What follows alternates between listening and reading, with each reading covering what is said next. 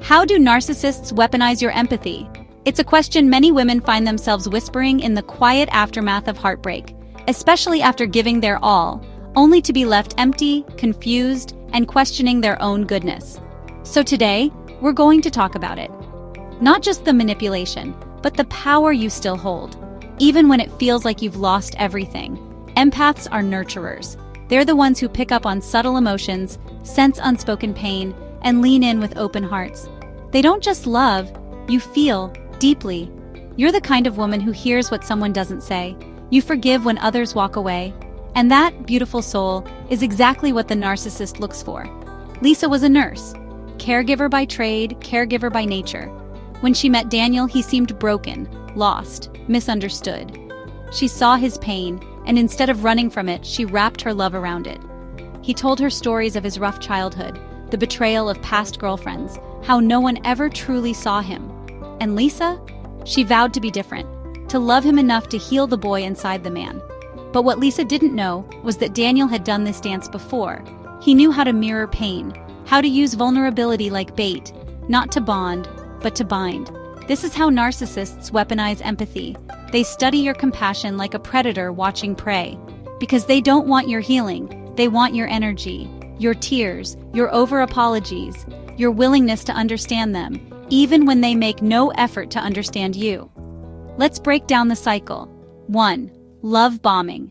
They flood you with affection. You're the most amazing woman they've ever met. They say, "You just get me." And you believe them, because empathy always wants to connect. It's not foolishness, it's humanity. But in the narcissist's hands, that connection becomes currency. 2. Devaluation. Once they have you, once they know you care, they begin the slow drain. The compliments turn into criticism. The warmth becomes cold.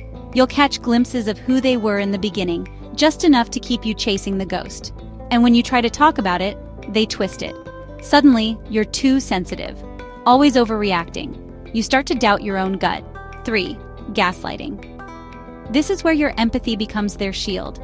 You want to understand, to work through things, and they use that against you. You're making things up. I never said that. You're imagining problems. They make you feel crazy for feeling what you feel. And here's the truth.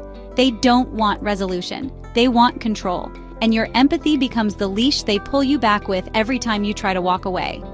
Let's pause here, because some of you are hurting with a deeper question. Why did I stay? It's not because you were weak. It's not because you were naive. It's because your heart was wide open. You stayed because you believed in redemption. You saw the good. You wanted to help. You thought love could heal the broken parts. And maybe, just maybe, you didn't yet know you were worthy of a love that didn't need fixing. Narcissists don't just manipulate your empathy. They also exploit your loyalty, your resilience, your fear of giving up on people. They know exactly how to keep the hope alive, even when the relationship is already on life support.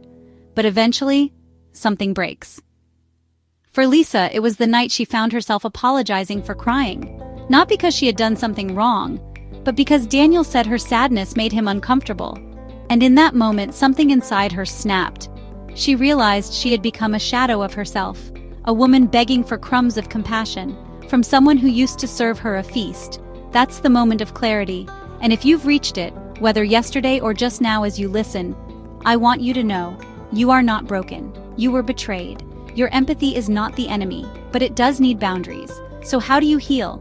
How do you stop your empathy from being a weapon turned against you? Step 1. Validate your own reality. Journal. Talk to trusted friends. Remind yourself of what you felt, saw, and heard. Gaslighting loses power in the face of your truth. Step 2. Stop explaining yourself to people committed to misunderstanding you. You do not owe closure to someone who never gave you clarity. You owe yourself peace. Step 3. Channel your empathy inward. That compassion you gave to them, give it to you. Be gentle. Be nurturing. Tell yourself, I didn't deserve that. I was doing my best. Step 4. Learn to say no. Empathy is powerful, but without boundaries, it becomes self-sacrifice. You're allowed to choose you, not out of cruelty, but out of healing. There's life after narcissistic abuse. There's love that doesn't drain you.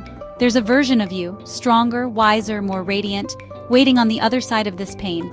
Lisa started therapy. She began painting again. She reconnected with old friends. And slowly, she found her way back to herself. Not the woman Daniel wanted her to be, but the woman she was always meant to be.